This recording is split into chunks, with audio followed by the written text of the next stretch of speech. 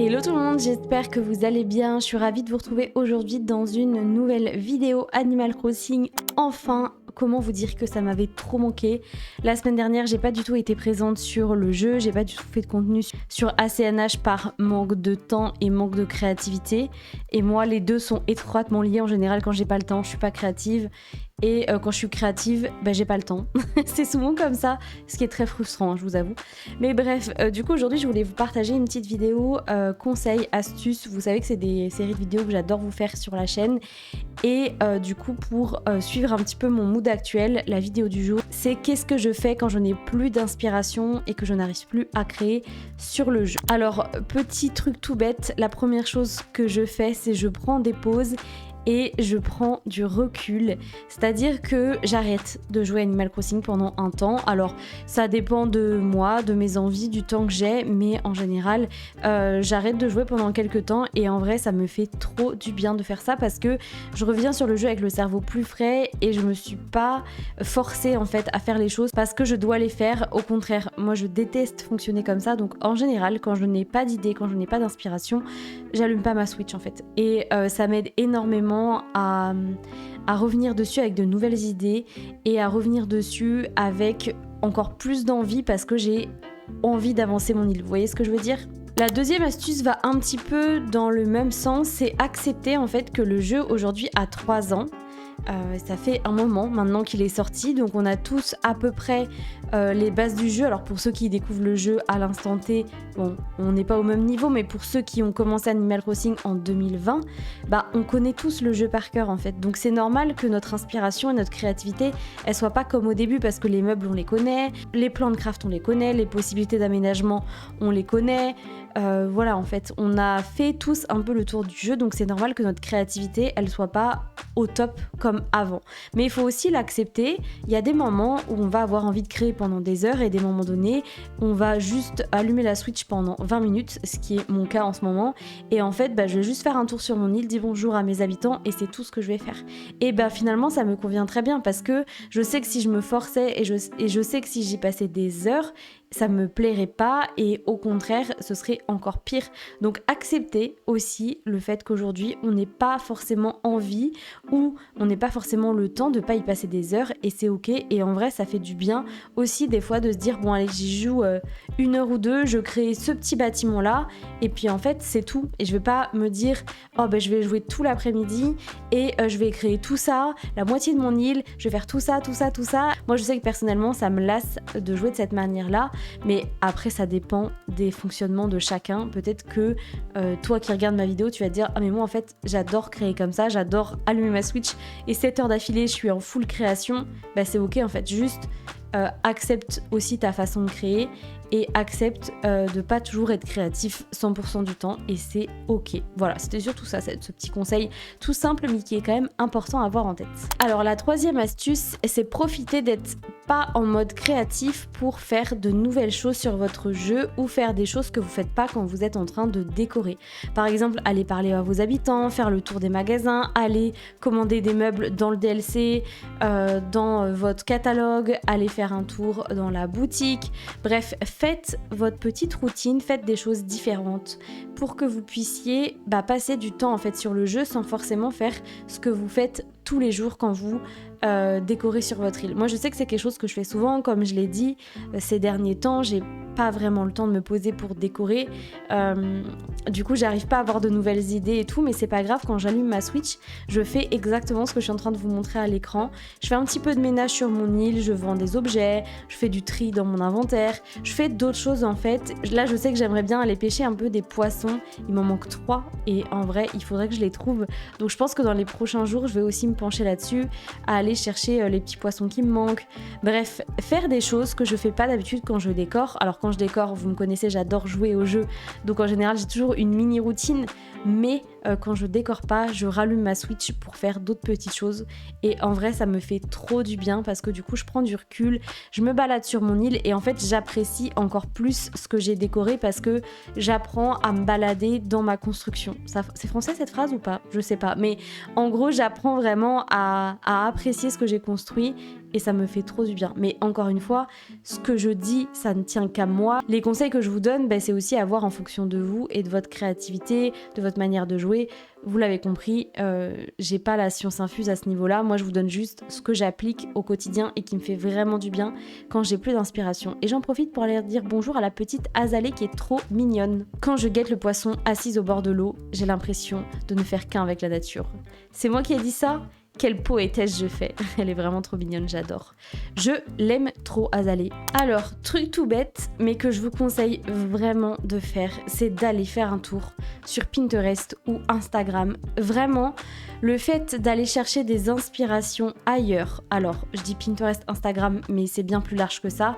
Regardez du contenu sur Animal Crossing, regardez des streams, regardez des vidéos, regardez tout ce que vous pouvez trouver, des reels, des trucs sur TikTok. Bref, allez regarder ce que font les autres créateurs. Alors pas forcément pour copier ou je ne sais quoi, c'est pas ça ce que je suis en train de vous dire, mais plus pour se dire ok, là je suis pas en mode créatif sur mon île, mais je reste en veille, je regarde ce que les autres y font, ça m'inspire, ça me plaît. Comme ça vous savez que au moment où vous allez retourner sur votre île, vous allez revenir avec plein d'idées en tête.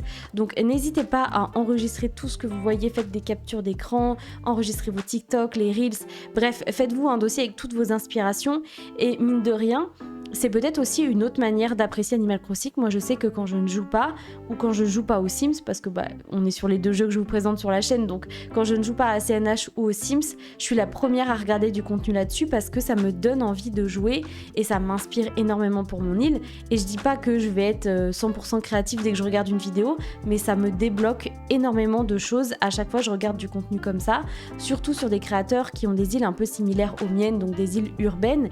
Et ça me fait trop du bien en fait d'aller regarder ce qu'ils font sans pour autant copier, juste ça me fait énormément de bien et ça m'inspire beaucoup. Donc n'hésitez pas à faire pareil, n'hésitez pas à aller checker ce que font les autres, à regarder les créations des autres parce qu'il y a du contenu qui est juste pépite. Et c'est pas grave si vous n'êtes pas en train de jouer tout le temps, le fait de regarder aussi du contenu sur le jeu vous fera énormément de bien. Alors quelque chose que j'ai beaucoup fait sur mes précédentes îles, c'est créer un espèce de contexte en fait sur mon île, se créer une histoire, faire du storytelling autour de notre île, que ce soit au niveau des habitants par exemple. Vous le savez sur la version provençale de Cory, j'ai créé des métiers pour chacun de mes habitants. Ça clairement, ça peut vous aider à décorer, ça peut vous aider à débloquer votre inspiration. Par exemple, si je me dis que Alice, je crois que c'est la maison d'Alice ici, si je me dis qu'Alice, elle est coiffeuse sur mon île, je vais venir lui créer un intérieur vraiment spécifique et autour, je pense que je pourrais aussi carrément créer un petit salon, un petit espace extérieur pour elle en rapport avec son activité. Vous pouvez aussi très bien vous créer des histoires sur votre île, donc là ça revient à ce que je disais, faire un petit peu de storytelling.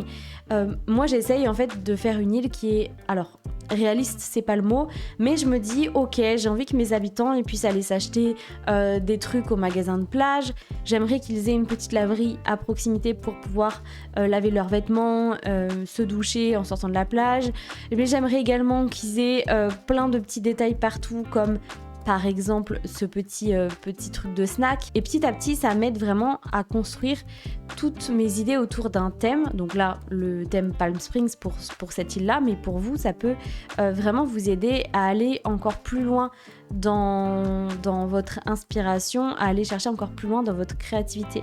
Et encore, moi je suis sur une île où il n'y a pas non plus un contexte ou une histoire de malade, mais par exemple je sais que la streameuse Coco, d'ailleurs je vous mettrai le lien de sa chaîne en barre d'informations, elle fait souvent ça sur ses îles, elle crée vraiment un contexte autour de ses créations et je trouve que ça donne encore plus de relief à son île et ça lui donne un petit truc en plus. Donc n'hésitez pas à vous inspirer de ce genre aussi de créateurs qui créent du contenu de cette manière-là. Ça peut vraiment vous aider à booster votre créativité et essayer de faire pareil sur votre île. Voilà. Je sais pas si ce conseil était clair, mais en tout cas j'espère que ça vous a aidé quand même. Et puis le dernier conseil que j'aurais à vous donner, et qui est pour moi celui qui fonctionne le mieux, et actuellement c'est celui qui fonctionne le mieux pour moi, c'est de passer à l'action. En fait, le fait de se dire ouais j'y arrive pas, je suis pas inspirée, il faut que je fasse un break, il faut que je fasse une pause, c'est vrai, et il faut s'écouter, ça sert à rien de forcer quand on n'a pas envie ou quand on n'a pas les idées nécessaires. Mais par contre, quand vous êtes en mode chill sur votre île et que vous êtes plus en train de faire votre petite routine ou d'autres choses que vous n'avez pas encore fait sur votre île, franchement, je vous invite à tester des choses. Moi, je sais que ça fonctionne à tous les coups. Par exemple, l'espace que vous êtes en train de voir, j'avais déjà créé quelque chose la semaine dernière que finalement, j'ai pas publié parce que pour ceux qui suivent l'onglet communauté de la chaîne, vous aviez lu et vous aviez sans doute vu que j'avais commencé à créer quelque chose qui me plaisait pas, donc j'ai tout supprimé.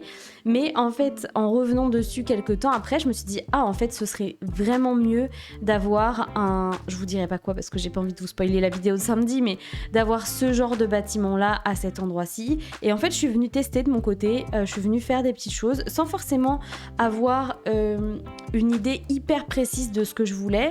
Je savais le style, je savais que par exemple ici, j'aimerais bien mettre un escalier pour descendre au niveau de la mer. Bref, c'est des petites choses qui m'ont permis de commencer à poser des objets. J'ai posé 2 palmiers, j'ai délimité un petit peu l'espace et en fait, je suis passée à l'action petit à petit et du coup, moi, ça me redonne envie de créer, le fait de me cadrer un petit peu et de me dire ok, bon là Mégane, tu peux tester des choses parce que si tu dis tout le temps que t'es pas créative et que tu vas pas y arriver, c'est sûr que je vais pas y arriver. Et ce conseil-là, il est vrai pour plein de domaines dans la vie, mais vu que là on parle d'Animal Crossing, je vous parle d'Animal Crossing, mais vous voyez ce que je veux dire. Franchement, ça m'aide énormément et je sais que ça peut vous aider de faire comme ça, donc n'hésitez pas, sans vous mettre la pression, à vous dire ok, bon là, je vais faire mes petits trucs sur l'île et je vais tester 2-3 petites choses sans forcément vouloir avoir un résultat très abouti ou très concret. Ça vous fera vraiment du bien de faire comme ça, donc voilà, je vous invite sincèrement à tester ce genre de petites astuces, c'est toujours sympa. Juste, on n'a jamais parlé de la tenue de mon personnage, mais je pense que je vais la laisser habiller comme ça pour samedi. Je la trouve vraiment trop mignonne avec sa petite bulle là de chewing-gum et sa tenue rose, vraiment je surkiffe. Bref, voilà, on arrive déjà à la fin de cette vidéo. C'était vraiment une vidéo assez courte avec des petits conseils que j'applique personnellement dans mon jeu quand j'ai du mal à jouer et j'avais très envie de vous les partager. Vous savez que c'est important pour moi de vous amener aussi ma manière de jouer sur ACNH parce que maintenant ça fait 3 ans que le jeu est sorti et c'est hyper important pour moi de vous montrer les différents points de vue et les différentes manières de jouer. Je sais que vous êtes nombreux à me faire des compliments sur mon type de vidéo, que ça vous donne envie de jouer. Donc merci pour ça, ça me fait trop plaisir et j'espère que ces vidéos un peu plus conseils, même si c'est assez rapide, vous aideront aussi à voir les choses différemment, à avancer différemment sur votre île, à pas vous foutre la pression. Franchement, il n'y a pas de pression à avoir quand on décore son île, mais ça, vous le savez si vous me suivez depuis longtemps, c'est quelque chose que je vous dis à chaque fois. Et puis, écoutez, moi, je vais vous laisser ici pour cette vidéo. On se retrouve samedi pour une construction sur Cori. Bon, allez, je vous laisse ici pour cette vidéo et je vous retrouve samedi pour la suite. Salut!